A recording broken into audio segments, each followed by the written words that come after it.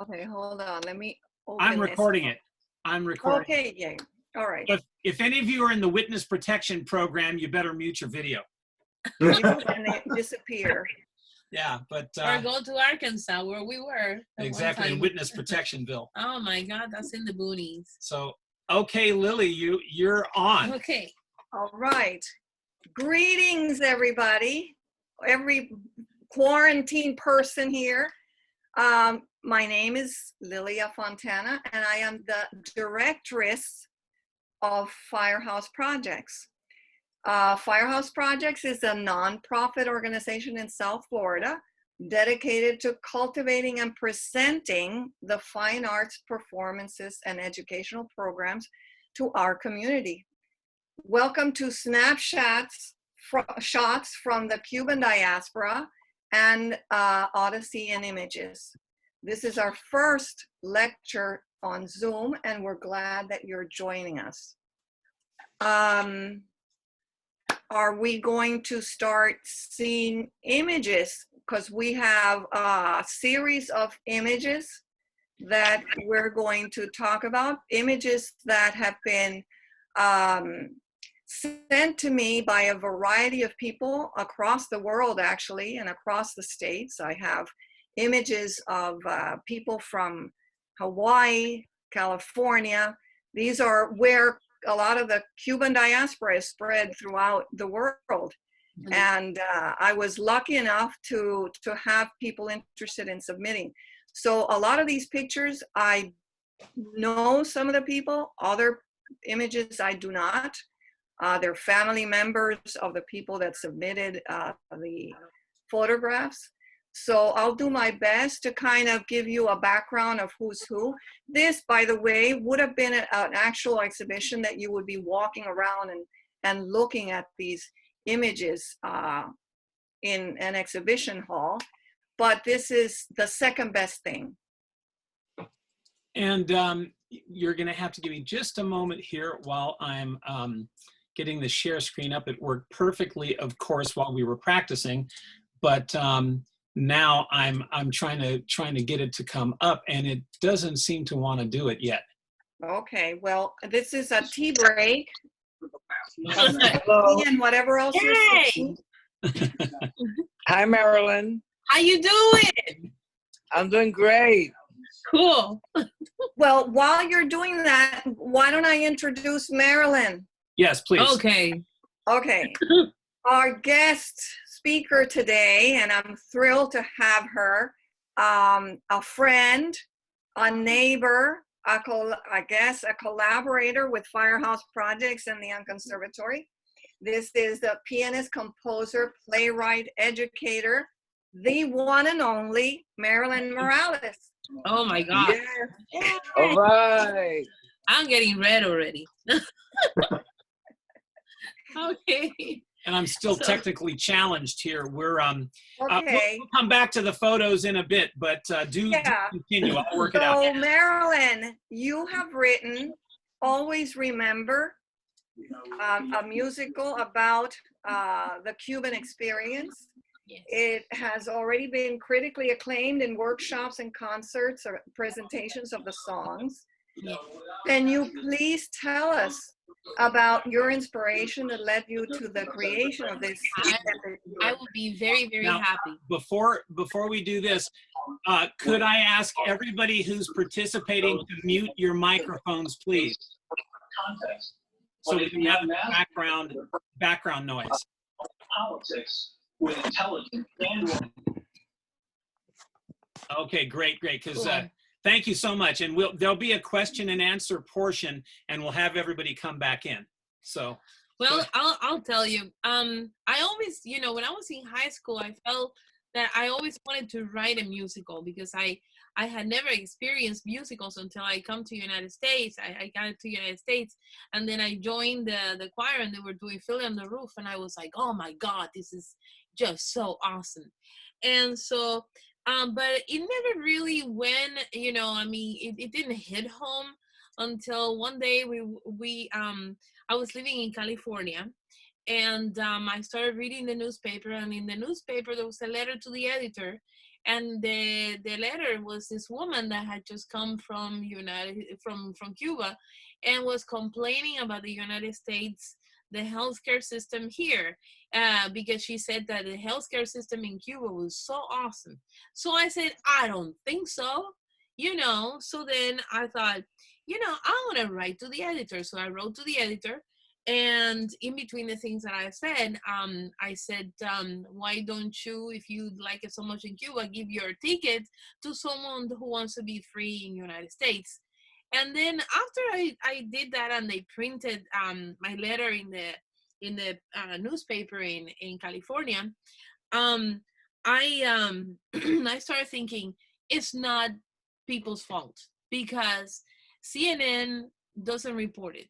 I mean, unless you are in Miami, you really don't know what's really still going on in Cuba.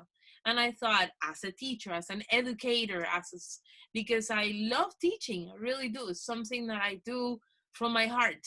And I thought that's the best thing for me would be to write something to show and to teach the people about what's still going on in Cuba. So then I embarked into writing the musical. At the same time, for me, it was an education, because I was trained as a classical musician.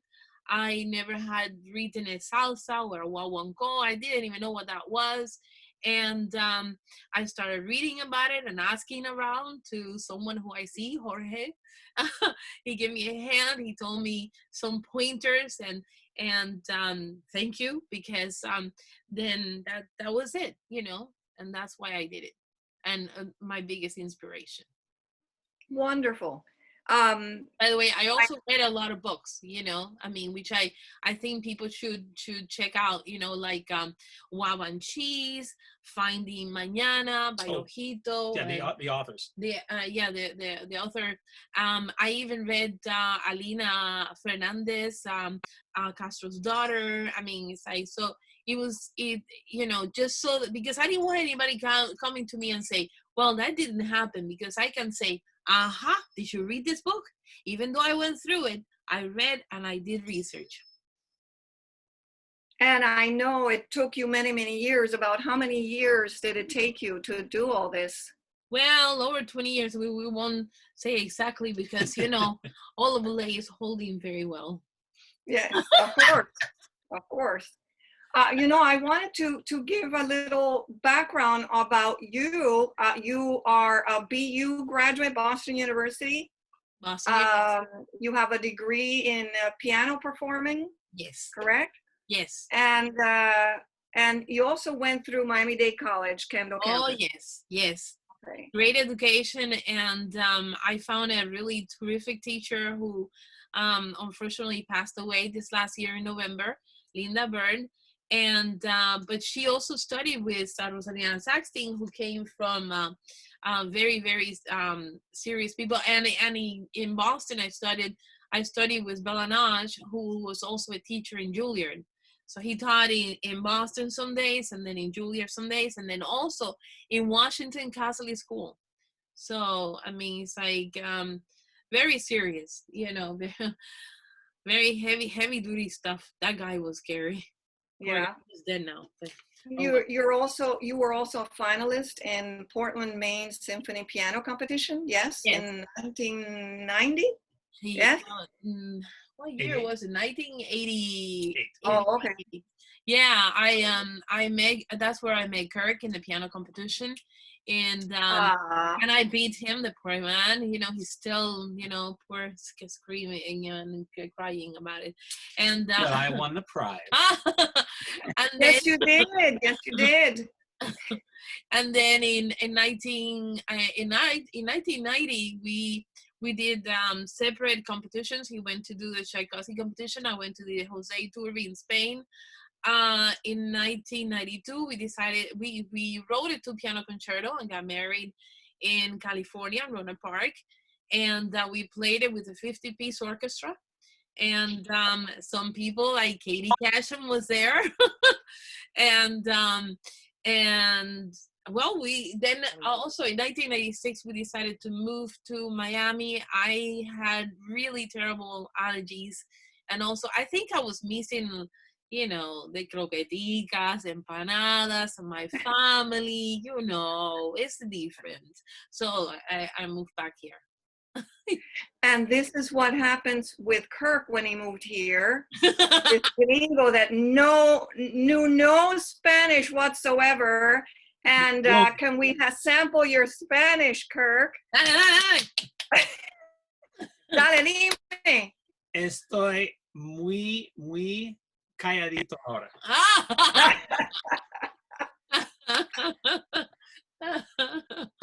Ay, Dios mío. But he's learned. He even knows Pepe Timba.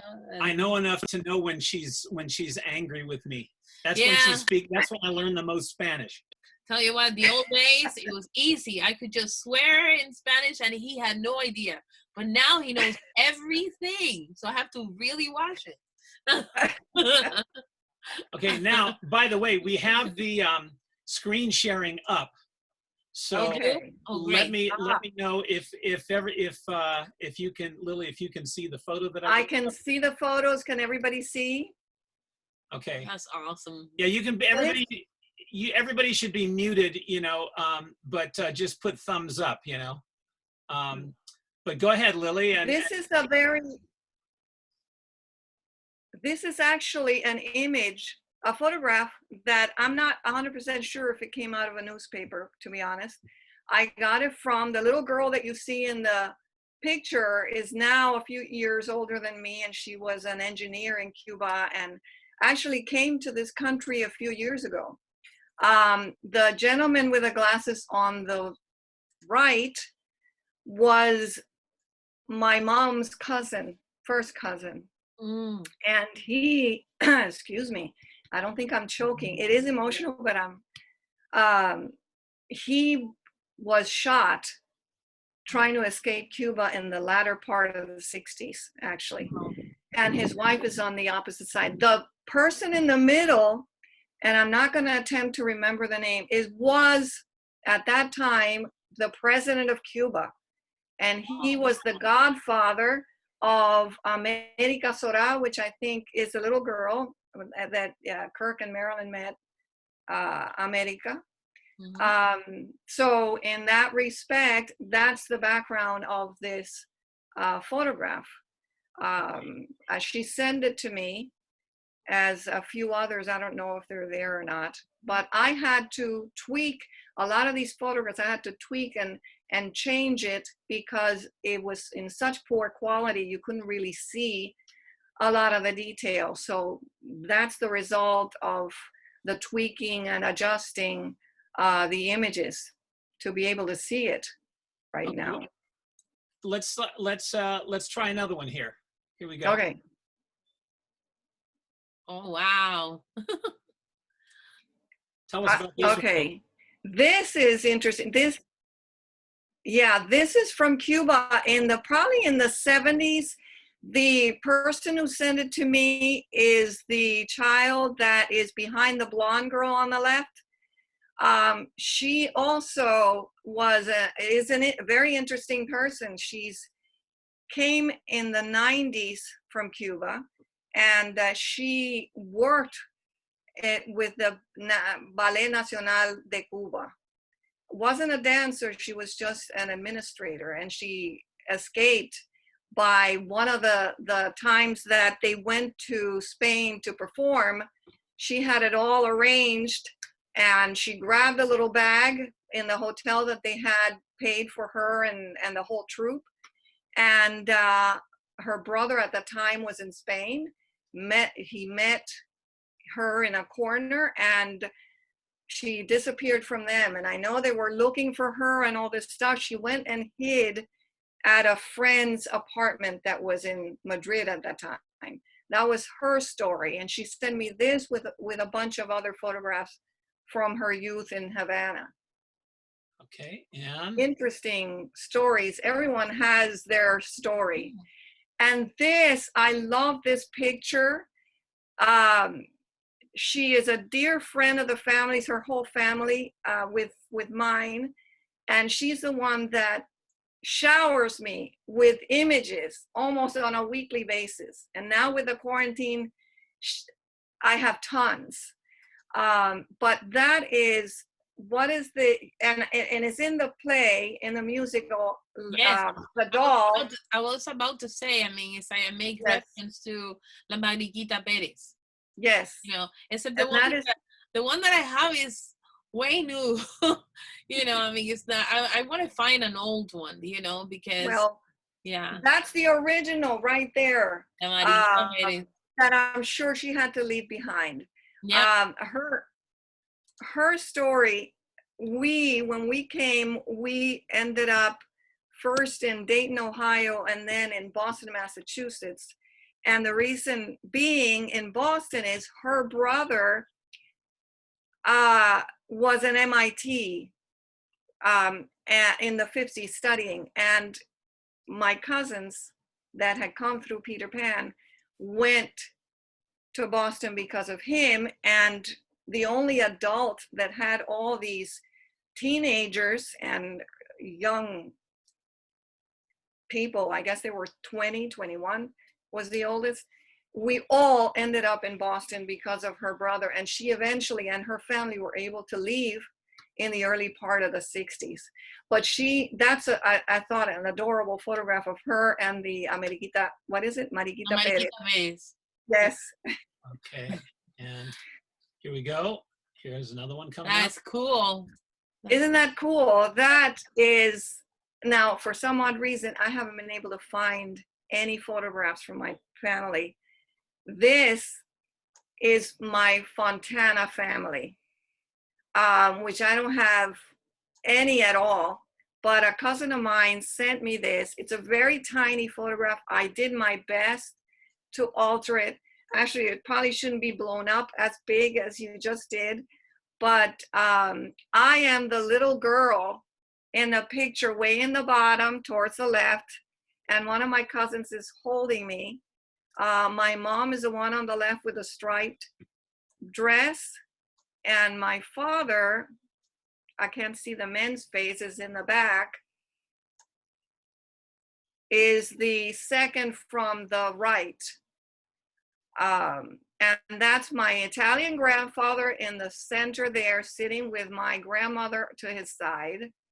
And they actually, and I do kind of remember, they would gather every Sunday and he would cook pasta.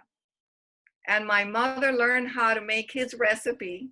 And my brother knows how to make his recipe. I don't know how to make the sauce the way that my grandfather made it. But that was the main thing. And I remember him carrying me, and I remember him giving me wine to taste. And I must have been like maybe 3 years old or something like that. But that was, I guess, customary. But that's why it's so important that we always remember these things. Yes.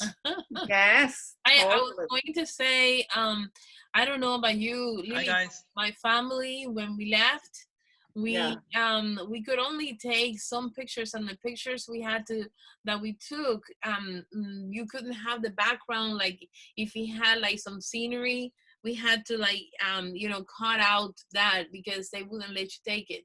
And I mean, it's like, so I have a few pictures from Cuba with shears, like chiki chiki chiki, like this, so. Well, and we can come back to a few more pictures as we have time, but I'm looking at our plan here. And Lily, did you want to continue with? Yes, and I was going to ask Marilyn, do you have any pictures from your time in Cuba? Actually, I do. I have a picture from when I was a little girl. Well, I'm trying to see. Okay, now that you, here we go. Great. Here we go. Oh, you got it? I'm getting a little bit better at this. Here we go. Snap it. I'm working on it. That's me. That's me in school. Now notice, it's like I have the little thing in the holding the shirt. I was supposed to have the pañueleta, which was the original one was white and blue, and now they have it in red. I said, no way, I'm not using it. And so they punished me. They put me in the corner. I don't care. I didn't want to wear it. So, you know, but there I am. So that was in the school. That's Okay. cute. How old were you there? I think I was about 8, you know. Oh, I think I was 8, you know. Okay, and here we go. Here's Yeah, there's something else again, not necessarily from Cuba. Let's see. Hang on a second. Yeah. If I can get this. Okay, you're fired. I'm fired. Her technical advisor is having problems here. uh-oh. It doesn't Oh, want. go there. I'm trying to. It doesn't want to open the It doesn't want to open the picture. No, No. That's just water. that's just weird. Well, I know, Maybe. and there you are, Mauricio. Well, you can put the music then. Well, I will You if know? I will if I can. Oh. Let's. Uh-oh. Yeah, we're having, for some reason, my desktop doesn't want to open any more pictures. Let me continue with the interview, and then I will Alright. try to. Well, I think we're going to listen to an excerpt from Always Remember. Marilyn, you want to set it up on what we're going to see? Sure. Actually, Or should I? this song is called the Goodbye Song, and it was very hard for me to figure out what that song, because I had the melody in my head, and you know, for a long time I kept asking. The first thing I did, I wanted to include a word in different languages, so I went around and I collected how to say goodbye, how to say thank you, whatever, in different languages. And I figured out that the song, the thing that was hard for me was because when we left Cuba, we could not say goodbye to anybody because you didn't know, you couldn't trust anybody. So if you said, oh, I'm leaving, and you say goodbye to that person, you don't know if that person was going to call the authorities and then get you in trouble.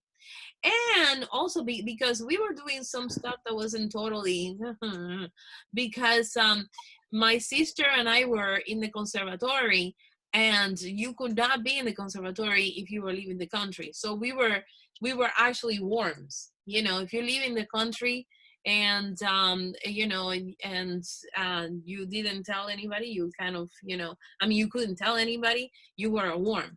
And You were a gusano, yes. a Gusano. right. Gusana in her case. And so then Gusano in our case, yes. and so then the song, the Goodbye Song, was they sing it in the airport, and it's very, very it's hard. It gets you there, you know. Now, by the way, I want to interject here too, because we have one of the vocalists singing in this song, Mr. Mauricio Villanueva Espinosa. And Mauricio, would you like to say a couple of words? Mauricio, when we get on a live stage, is going to star in the role of Manolo. No, well, I'm just. Can you all hear me? Yes. Yes. Yeah. Okay. I'm just proud to be chosen, you know, to portray this role, and because I think it's a very strong role. I think it's the responsibility that Manolo or so many, I don't know how many hundreds of thousands of Manolos had then, because they were the head of the family, you know, and everything he has to deal with from the beginning to the end, that, you know, that he thought he had lost one of his sons, and, hey, don't give it you know.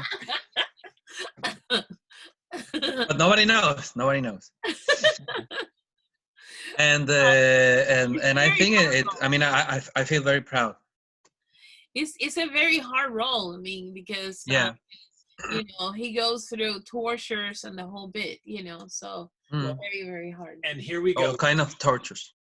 This is also singing with Mauricio is Marinel Cruz in the role of Teresa, and this is their excerpt from the Goodbye Song. Here we go.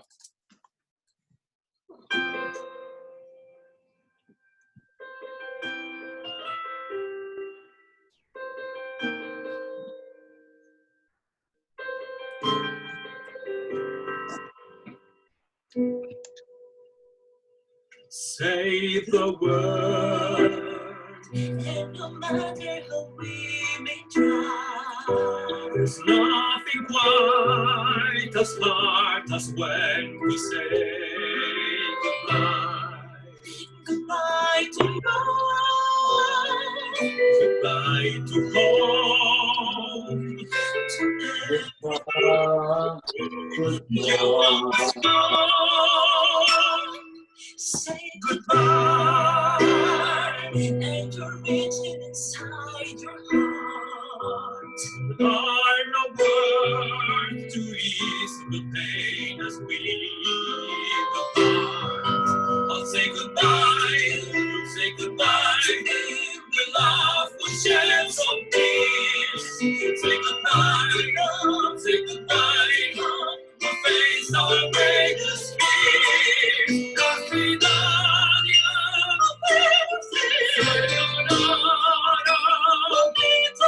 algún día.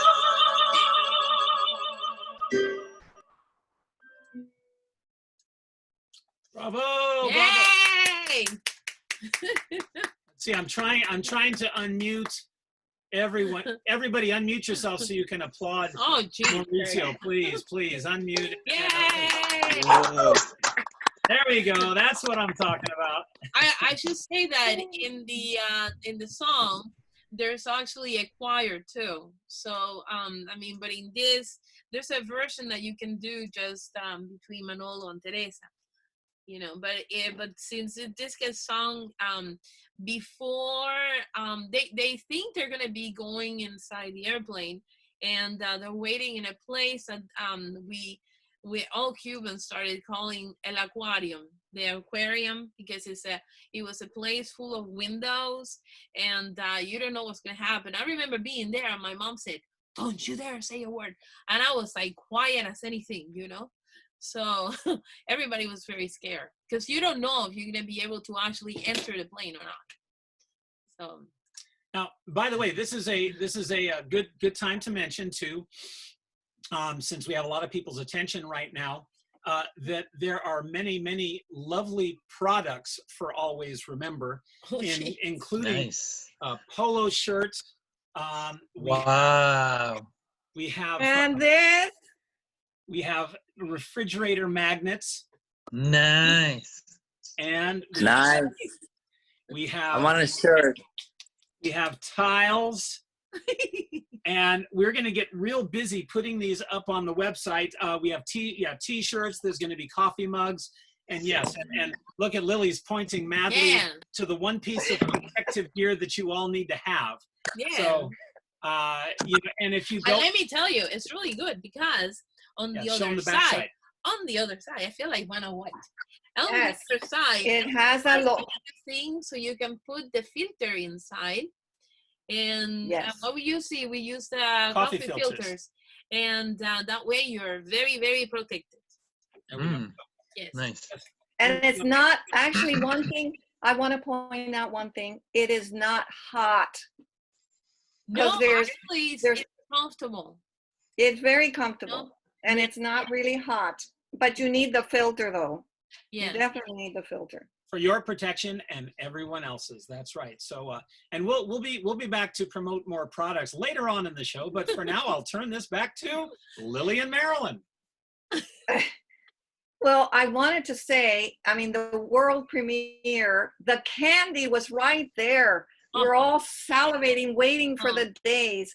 15 days away when it all had to be canceled, the whole production due to this pandemic.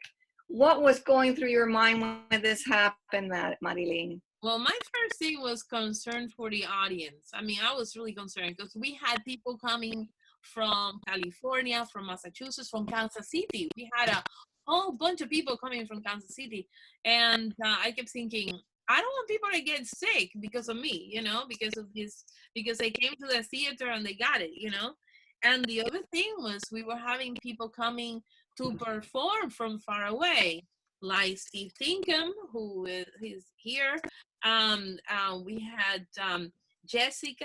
I mean, we had a whole bunch of people, and And so even though it was really the most painful thing, it was the wisest thing that we did that day. And I just can't wait until this really happens. You know, I don't know what's going to happen with the theater, whether they're going to be sitting one person and then no one and then someone, and then, you know, or whether they're going to have acrylics or something. I don't know what's going to happen, but you know, I hope we can do this. We'll wrap all the actors and musicians in bubble wrap. Yeah, you know. Well, and the audience, I don't know. We were talking about something that's really funny yesterday, you know, when we went on a walk, because I told him, I said, so how are they going to be so together? So maybe they have to quarantine themselves. That's you know. it. You understand, Mauricio, that and our other actors, that you won't be able to sleep with your real life spouses. You'll be sleeping with the actors for 2 weeks before the show. Uh-oh. Don't let his Don't wife say that. Smiling. Oh my God. Don't say that. All right, to kind of change the subject a little, can you, before you say anything else, Kirk, can you tell our audience of you?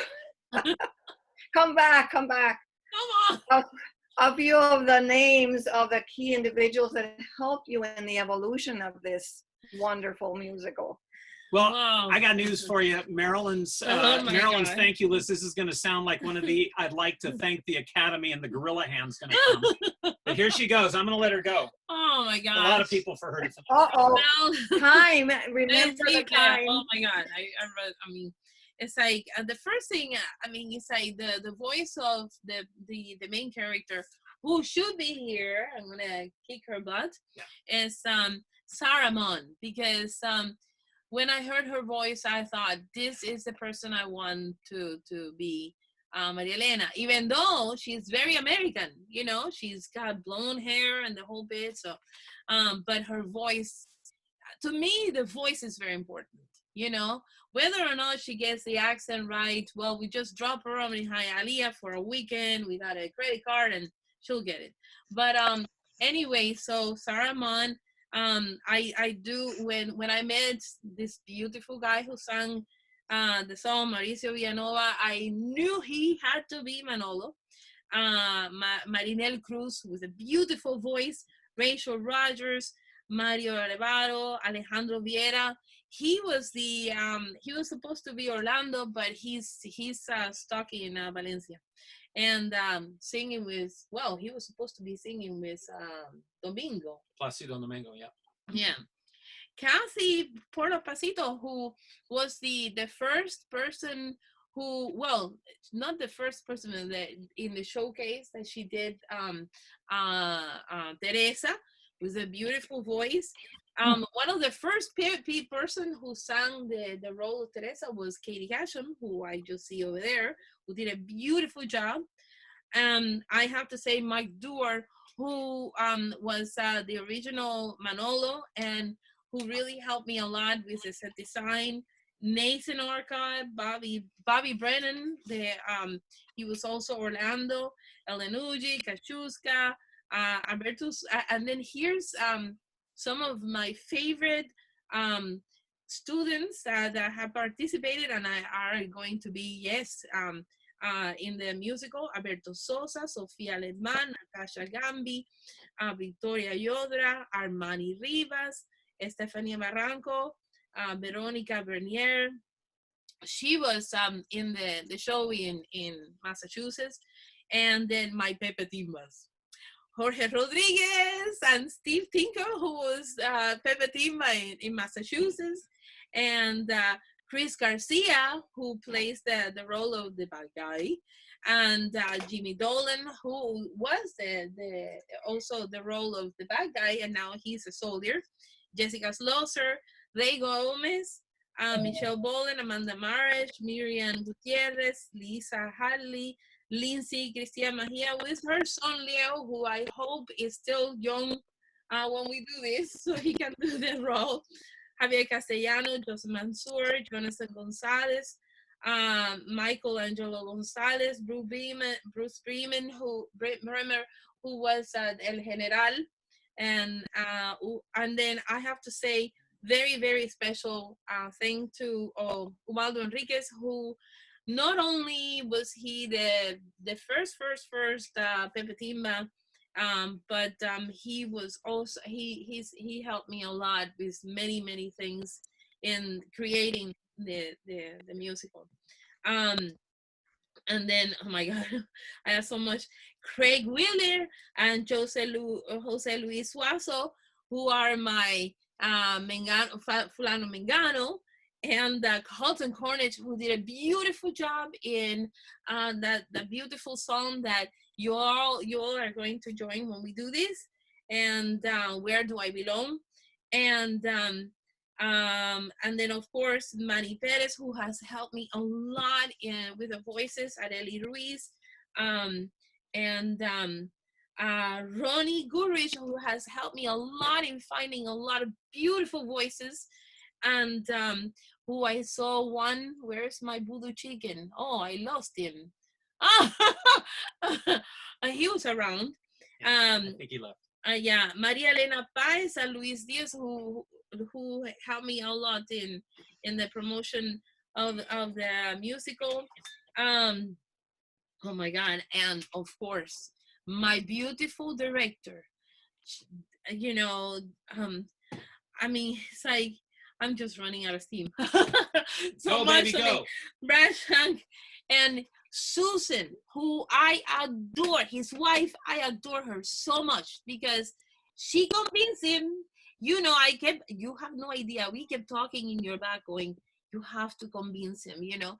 And I'm so happy that you are directing this musical because you're the awesomest guy. And your brother did the pictures in the back and the set designs. And of course, my beautiful husband, who has arranged all the pieces. Well, glad to be somewhere in the list. Yeah. And then of course my mom and my father for bringing us to the United States, and Beatriz Pinot, who I always wanted to mispronounce her last name because and of course Lilia Lily Fontana. Oh my God. The Jeopardy theme. Well, so we've Where's the hook? Where's the hook? Here's all right. Here's the hook. Oh my God. Okay. Kirk, if I left someone out, I am so sorry. Can we listen to another Always Remember song? And Marilyn, can you introduce the next song? I think this would be a perfect time to do so, Mari. Okay. Are we going to be able to do questions and answers with Marilyn? Absolutely. Oh, yes. Yeah, she can't talk anymore. Oh, okay. So here, this song is about, listen, I hate camping. So whenever people mention camping, my hairs in my back went like this, you know, and I thought, what is the matter with me, you know? And then I started noticing when I made a list of good things and bad things, that all the bad things that I consider in camping are the things that I went through in Cuba. No food, no electricity, no water. So then I thought, no wonder I hate camping. I was camping for 10 years. So I made up the word Ciudadeña, and there you go. And here we go. This is Sarah Mon singing Ciudadeña. And we're playing keyboards, and Tom Casale and is playing bass, and Randy Cloutier is on drums. Here we go.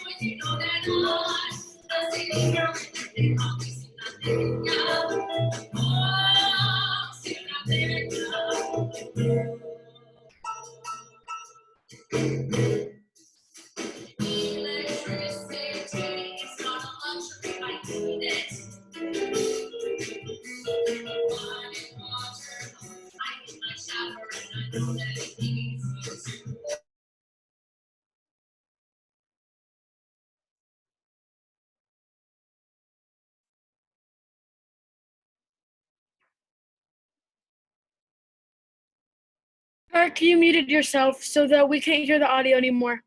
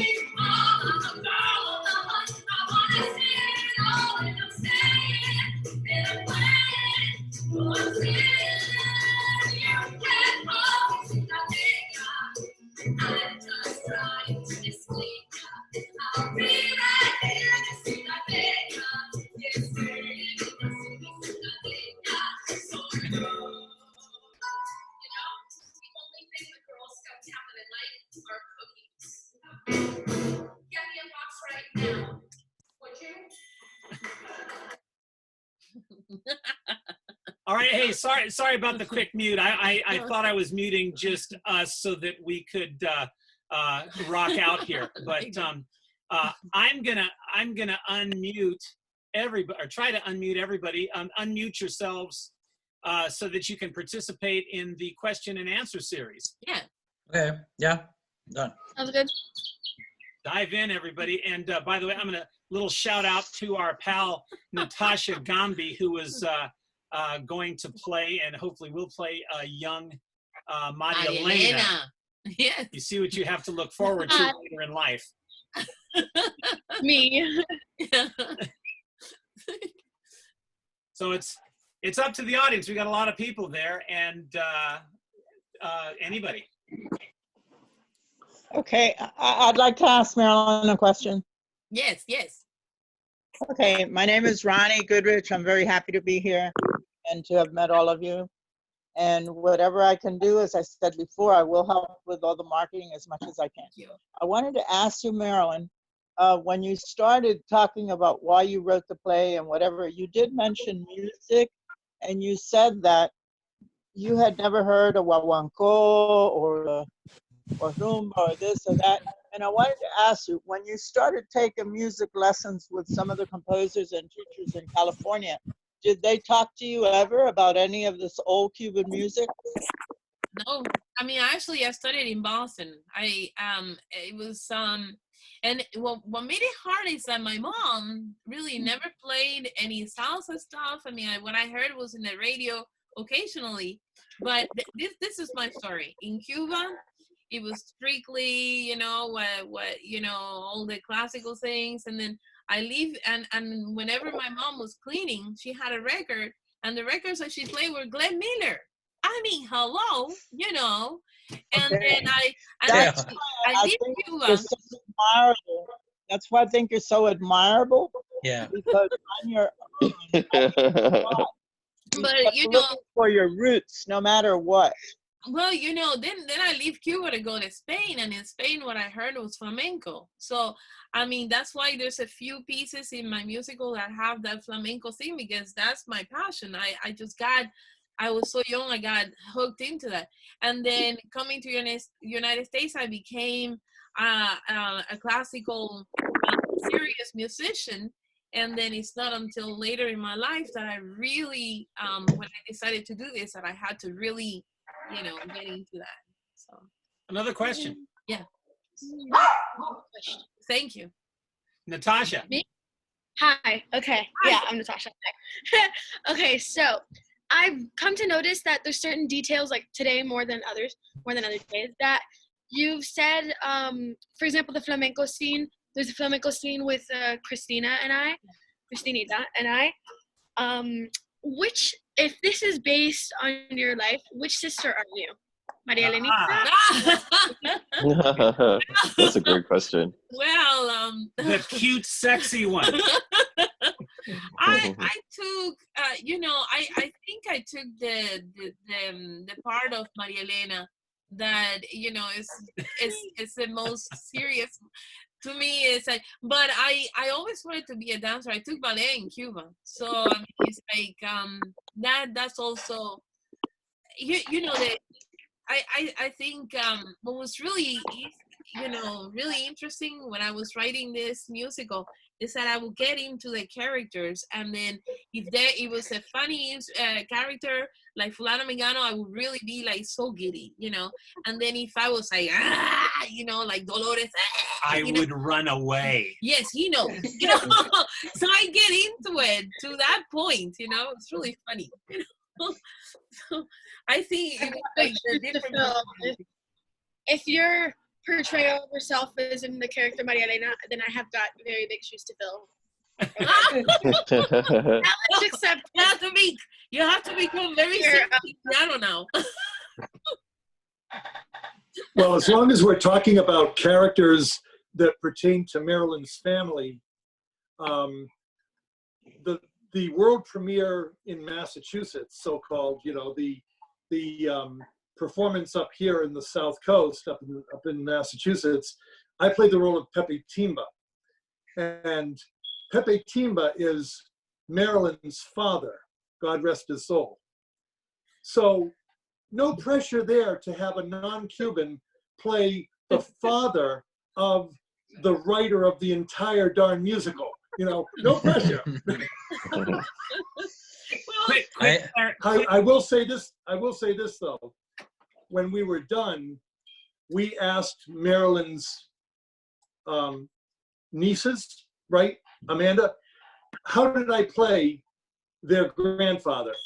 And they said I played him very well. So that was the best compliment of the entire run that I had for all that. So that's my story. Bravo.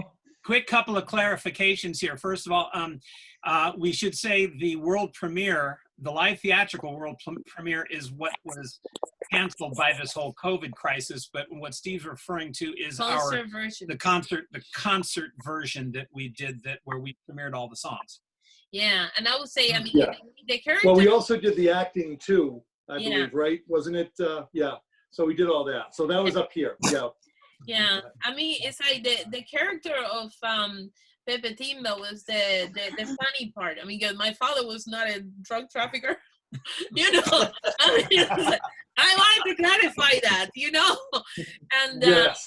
I mean, I took the things from my father, and for the Pepe Timba, and also from Manolo, because my father was a teacher in Cuba. He studied architecture, but he couldn't finish. Joseph Fidel Castro, but he was a teacher. He was actually my teacher, 1st and 3rd grade. So for a long time, I had to say Mr. Morales, Professor Maestro Morales. I have a question. I don't know if you already got that question, but it's important for me to know which composers are have been your influences in order to to make this happen, because everyone has a influence from someone else, right?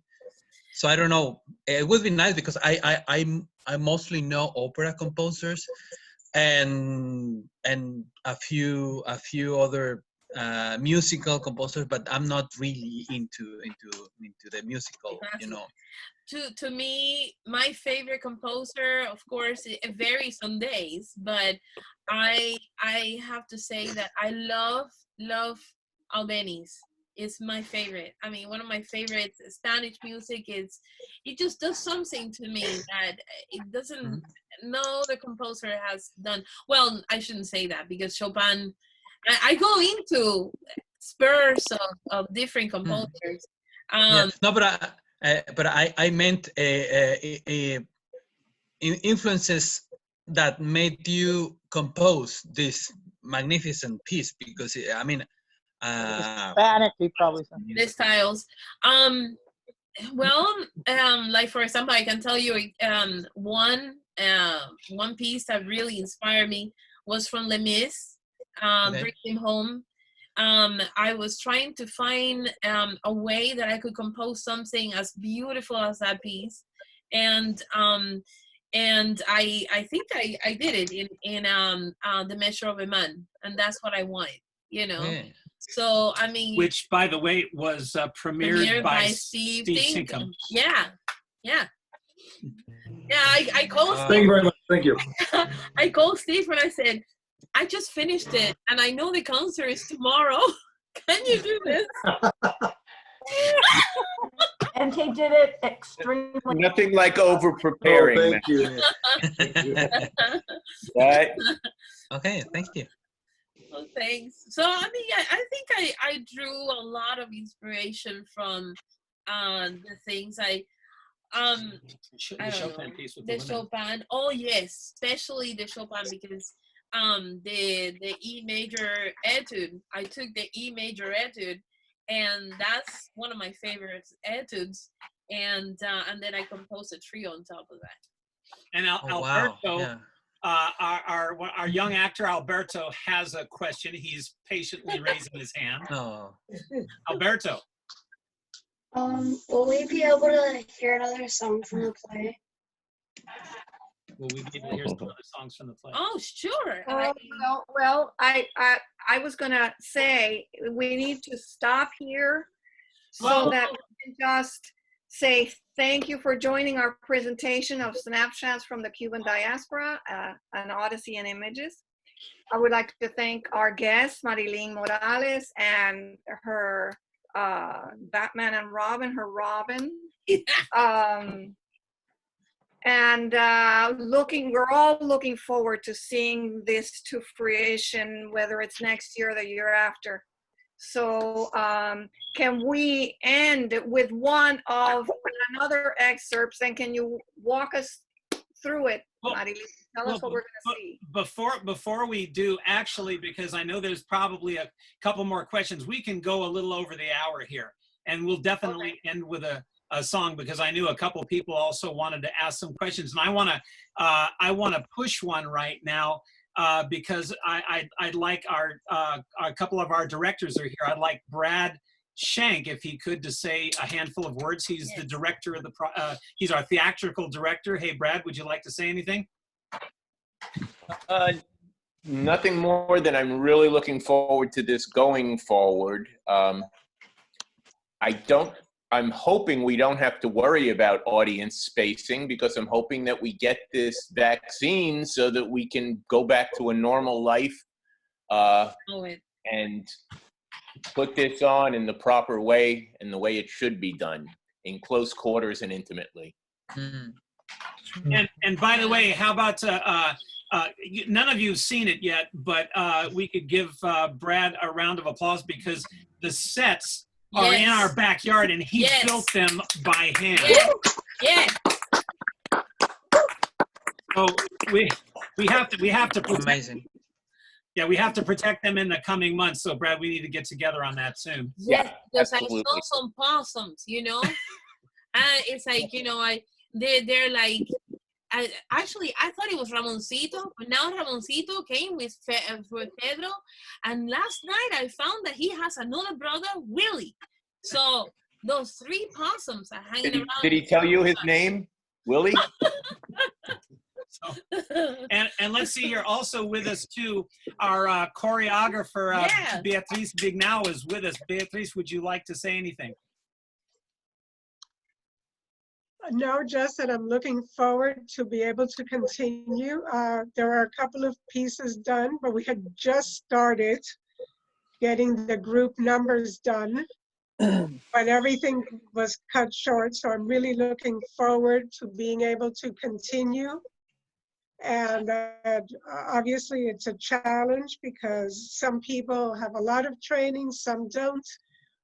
There's a lot of different styles, but obviously the goal is for everyone to look good, no matter what their skill level is, and for everything to basically honor the music and the presentation and to complement it completely. Cool. Thanks, Pete. Let me run through a real quick, because we have time for, I think, for about 30 seconds to a minute comment from some other folks here. So let me do a shout out to, how about Craig and Carlton? Would you guys like to say a couple words? Which two words? Perfect. That was great. I'm one of those dancers. I'm one of those people that Beatriz is talking about having very little skill, and her patience is much appreciated. I really look forward to doing the show. I'm a storyteller, so the Fulano Mangano stuff is right up my alley, and to inject a little humor and humanity into often a tragic story. You know, you gotta laugh sometimes. So I look forward to doing that. And hey, Carlton, by the way, we wanted to mention too, Carlton has sung just about every male lead song in the whole show at some point. Yeah, he's Wow. Manolo too. Yes, he performed. And then he sang the role of Orlando too. So that's I'm sorry I didn't mention that. So Carlton, some wisdom from your pipes, please, sir. Oh, so I'll be happy to be a great coach. Great. Yeah, we'll need that. Just remember when we get to put this on stage, Carlton is watching you. No pressure. No pressure. No pressure. No pressure. I'm just going to go down our list because I think we have time to say hi. Allie, I see you there. I feel like Ms. Marianne from Romper Room. Would you like to say anything? I was wondering, Marilyn, I had a question for you.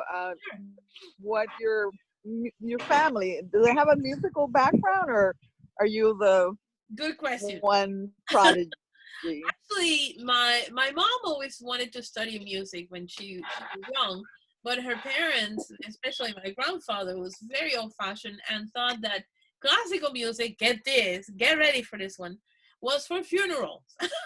So the poor woman used to listen to the operas, and she just loved opera to the point you could sing any opera. She could tell you, that's La Bohème, that's this, that's that, even though she never studied music. So when she got pregnant with my sister, who's older than me, she said, I want to have my kids study music. And my sister started.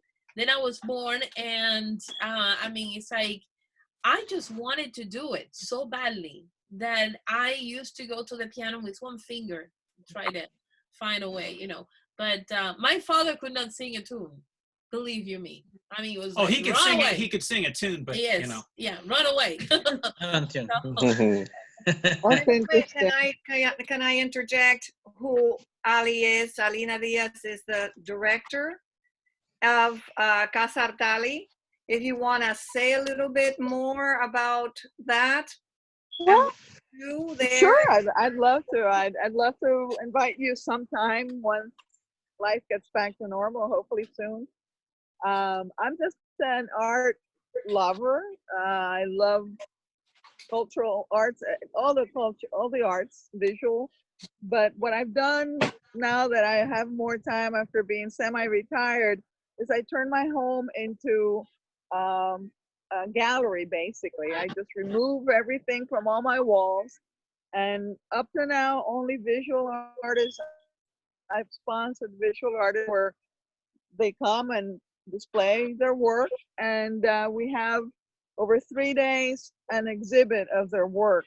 And the public is invited. Whatever they sell goes to the artist 100%. I take nothing from it. Wow. It's just my pleasure to give artists, you know, a venue where they can show their work. And I do it about 3 or 4 times a year. And in fact, I was scheduled to have one in March, which could cancel. So I'm hoping, though, talking with Lily and also as to increase it, not just to visual arts, but perhaps have small concerts here. I have nice, relatively nice outdoor space mostly. It's not a large indoor space, but anything that can be done outside, I'm open to sponsoring, you know, poetry readings, basically any of the arts. Right now, so far, it's only been visual artists, but Well, I will get back on it again soon. That's beautiful. I want to That's say awesome. this event was going to be Yeah. at Casa Tali. Yeah, that's true. This lecture was going to be held there, as well as the exhibition of Yeah. from the Cuban Mm. diaspora. Well, So Yeah. we've been, Ali and I have been talking all throughout this quarantine. What do I do? At the beginning, I was like, what do you think? Should we do it? Should we not do it? Like everybody else. And like everybody else, we had to postpone it and stop. We'll Yeah, keep I our guess it's fingers possible, crossed. yeah. Thank you for even being here. And But we'll do it. We'll do it virtual someday. Yes. And let's zoom through a Thank you for handful more of inviting our me. friends. Thank you, Ali, for that beautiful contribution. Let's say hi to Nancy Cornish, who has been our choral director at Cranberry Coast Concerts. Our lovely friend, Nancy, would you like to say anything?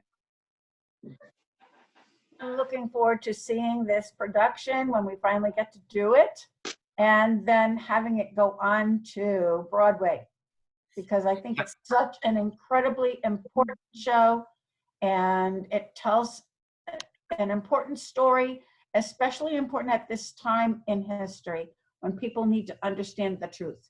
And I think it's so incredible that you have written this and can help open people's eyes.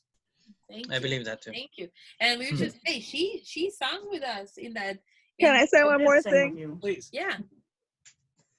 One more thing. I did see your recital at that house in the Grove. Oh yeah. And so I actually witnessed out of the songs, and it was awesome. I really loved it. So it was beautiful. Thank you. Well, thanks, Nancy. Onward. How about a couple words from Did they sell that house? Evil Carlos and Pepe Timba, Yay! Chris and Jorge. You want something? Okay.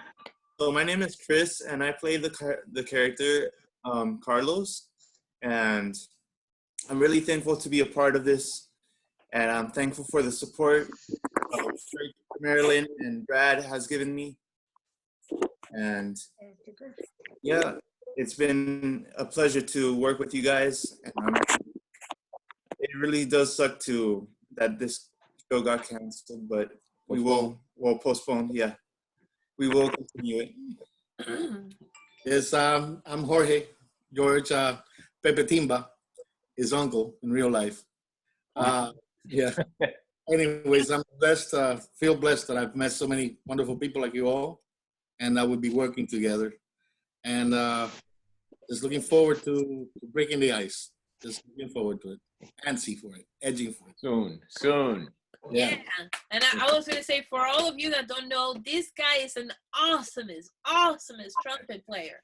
He's really, he helped me with the Wawancos. And he helped. You said the claves play a very important thing. You know? Very important part. And he was also our Marlon Brando in the Liberace show, and Craig was our Phyllis Diller in the Liberace show. All kinds of crazy stuff here. Onward. Hey, we want to get to everybody we can before we lose more people. Oh, she's gone. Jimmy There's Dolan. Jimmy Dolan, our lieutenant. Do you have a couple things to say, sir? I'll just say that I'm stuck up here in Massachusetts, but I'm looking forward to eventually playing the private in the inventory, and singing some bass and baritone in some of the choral parts, and and I'm looking forward to seeing you two if you can make it up here in a few weeks to Massachusetts. We're doing our best. Yeah, I hope so. We can have a good summer, and I'm looking forward to meeting everybody. Thanks, Jimmy. And let's say hi to our pal. By the way, too, we get to say about our friend, dear friend, Katie Ketchum, who has written numerous musicals, one-woman musicals, and she also was in one of our very first Always Remember workshop concerts when we produced it in Cranberry Coast Concerts. I only had 6 songs in. So, hey, Katie, would you like to say something? Katie? Sure. I just want to say hi. Hi. Can you hear me? We can. Yep. Okay. I just want to say, I can't see the controls, but I want to say hi from California. I had to cancel my ticket to Florida. I was so looking forward to it. And I'm just thinking that Kirk and Marilyn have produced most of my musicals. I've written 5 of them, and they've produced almost all of them. And I'm a composer myself, and I feel that Marilyn's composing is on a par with Leonard Bernstein. I feel this is the side story move over. That's how I feel about this. It's an amazing work, and I'm so proud to have been in any part of it, at the beginning. I just wish I was young and Cuban. I'd be in it. Thank you so much. I'm so excited. I have that ticket sitting there, and I will be out there at the next premiere. And I miss you. I love you both. Love you too. Love you too, Katie. And hey, I see Gilberto is there in Boston. Would you like to say a couple words? Well, hello everybody. I'm glad to meet everybody here. As a matter of fact, maybe I'm the one who has nothing to do with art at all, except that I know Marilyn. I've known Marilyn for many years, and she's a very, very nice person. And I'm just supporting, just because I know Marilyn and her husband. I have never met him in person, only on internet. Yeah, but I'm really looking forward to listening and seeing your piece. I'm really very interested, and also the theme touches me very much because I am Venezuelan, and I have lived many of the things she can tell you. Okay, so I really support Marilyn for this. Thank you very much. Thank you. Thank you. Kirk, before we go, I'd like to make one request of everyone in my cast. Sure, Brad, please. Go. Once a week. I know it's easy to let this stuff go, but once a week, pull out the script and work on something. Yeah. Thank Just you. set an alarm and say, you know what? I have Thursday afternoons free. I'm going to, from 3 to 4, go over my part and keep it fresh. Because it's going to be important when we get back to this. We were tight, and we were really working and rehearsing hard, and we were 2 weeks away from opening, and I could see that, as in any show, you're always ready 2 days after opening. Right. True. Yep. And we have an opportunity here. Let's take this as an opportunity to really nail the parts down, know what you're doing, so that when we get together, we can make this thing flow on stage and move smoothly and emotionally. So just don't set it down. Don't let it get dusty. Thank All right? you. Thanks, guys. Thank you. Wise words from our theatrical director. And let's see, a couple of people that we haven't heard from yet. I see Elaine and Karen from Plymouth, Massachusetts. Would you like to say a couple words? If you can unmute yourself. There you go. We've got you. Karen, Yeah. Elaine. Where did they go? Hello. We can Yeah, hear you. there we go. Hello. Can you hear us? Yes. Would you like to say anything? We just can't wait to see the show. We were so disappointed. Very disappointed that it didn't go off, but as everybody says, a little more time to practice. So practice will make it even more perfect than it already was. We can't wait. And you know, they are, for all you know, all of you don't know, she's Elisa's piano and Karen is actually flautist. It's in front of her Yeah. piano there in Plymouth. Yeah, there you go. Hey, Yeah. I go over there and play your piano. When we can get closer And than a Mancini duet here. beautiful. A piece we're practicing right here. So we'll Wonderful. see Well, you. Thank you. Thank you Don't both. forget how to cook your Cuban recipes, Marilyn. Oh, are you kidding? I mean, I've been cooking a lot lately. So I know. In Massachusetts, I'm there's only not doing one this of for us who fun hasn't at put on the weight. cast party. The only reason I'm doing this is for Marilyn's flan at the cast party. Oh, Me too. I'm right Yes. there with you. Me Yes. too. Her flan precedes her. What, well, they call me flan lady. the only person we haven't heard from is Lisa. I'm unmuting you. Would you like to say a couple words, Lisa? I'm missing some other people. No? I think we got to just about everybody. Yeah, well, I think it's like everyone is really looking forward to this. I'll bring a lot of memories because I lived some of that. And by the way, the president, I think it was Rio Socarrás. Thank you. I was hoping somebody would recognize his face. Yeah, Yes. I studied. Yeah, when you're little, they drill those names in your head. I think so. Yeah. So yeah, it'll bring back a lot of my memories. Yeah. Well, thanks, Lisa. Well, hey, before we play our last piece, does anybody else have anything to say before we close? Anybody else that we missed? Okay, well, I tell you what. No. Oh, no, except no. Okay, No. Marilyn, would you set up the last piece, and we will just leave you with this, everybody. But I'll add our thanks, and Marilyn can have the last word here. But thank you so much for supporting the project, keeping it alive, and again, keeping our product sales going. Let's make the war chest starting to happen as soon as we can, so that we can have a big pile of cash and produce this thing when we can.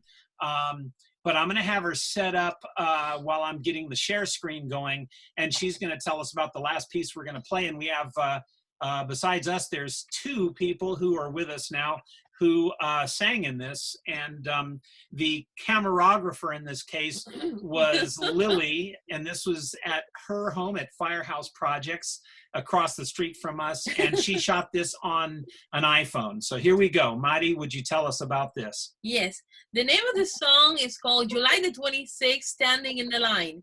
And what is it, that the reason I did the song is because on July the 26th, Fidel Castro used to call that his revolution, which really, what revolution? I mean, hello. But anyways, so what he would do is he would bring food, and then people would stand in line trying to get some food, because you have a libreta, a leader thing that tells you what you can buy and what you can't buy if they have it. Well, on July the 26th, they used to bring a lot more food that they usually had. And it's really interesting because now with the virus going on, a few times we went to the store and I felt like I was, like pre-Cuba kind of thing, because there were no toilet paper. How many of you went through it? Yes. Yeah. No toilet paper. No. I mean, and the things were like gone, man. And then you have to stand in line. So actually, Mike Stewart called me up and he said, I have to tell you something. I was standing in line and all I could think was this song. Which, by the way, this gets sung by a lot more people. And we need to mention she's not with us in the Zoom session now, but also singing Lindsay Christine Mahia is singing also on this. And one quick other announcement, everybody, while we got you. If you didn't get an invitation, please email us because we are having a Always Remember Family virtual happy hour on the 20th of the month. That's next week, Wednesday from 6 to 8. You're free to drink whatever you wish, except for Natasha and Alberto, who must be supervised by their parents. So I will make a virgin margarita, and I will. Okay. That's right. Okay. Well, as long as it's verifiable online. But again, I'll give Marilyn the last word now before this tune. No, I think go for it. Wait, what do you want to say? Okay, so I love you all, and thank you very much for joining. And I don't have any more things to say except here we go. Yeah, there you go. Uno, dos, tres.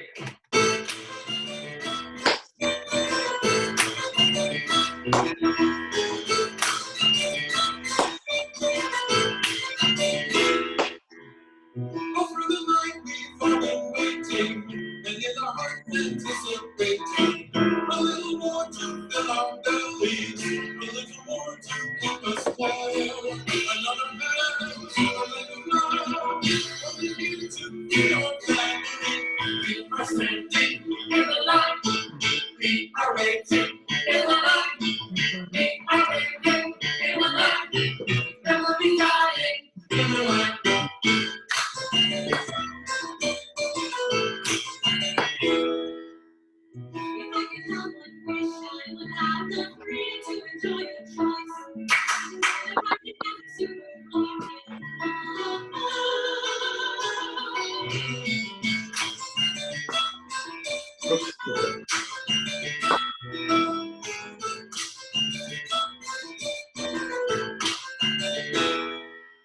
That's how we rush it, how we hurry. We're in the front, so we don't worry. We told that everyone will get some, but we all know that's so untrue. There's not enough, we'll be tough. Those at the end of the fun. We are standing in the light. We are waiting in the light. We are waiting in the light. Where will we die in the light?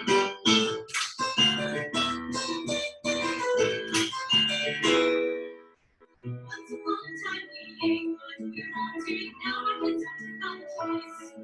The chicken fish and people sometimes say what we really got no choice. We have to let on the days to catch up as supposed to be nice. Down with the left on the wrong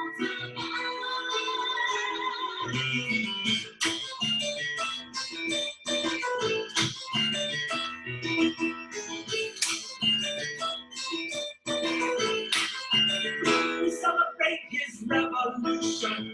We all know it's a wrong illusion. A commandante has us captive, and every year it's getting worse. On his eyes, we are standing in the light. We are waiting in the light. We are waiting in the light. And we'll be dying in the light.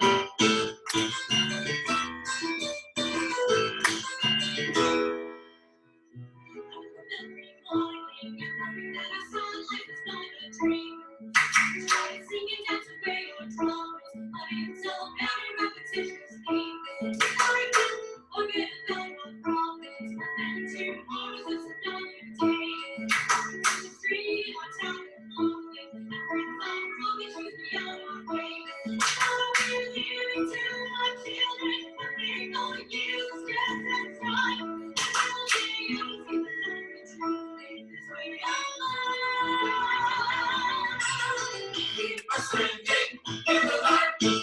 We are waiting in the light. We are waiting in the light. And we'll be dying in the light. We are standing in the light. We are waiting in the light. We are waiting in the light. We'll be dying in the light.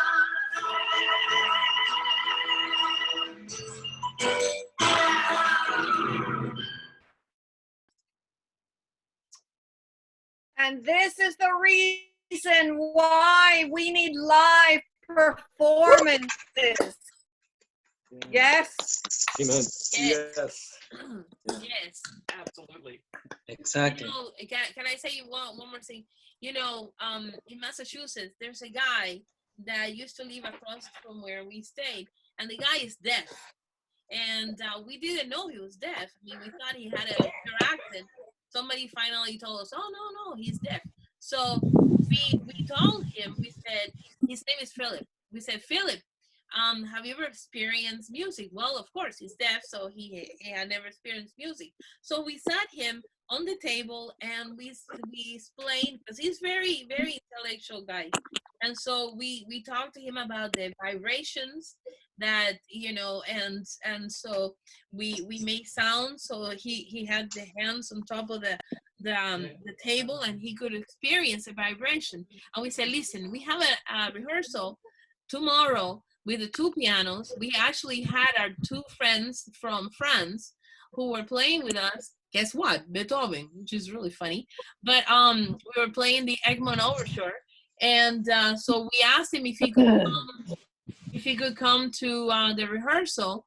And so I told him, I said, you know, maybe the best way would be to lay down under the piano because you feel the vibrations. But he felt a little kind of weird about it.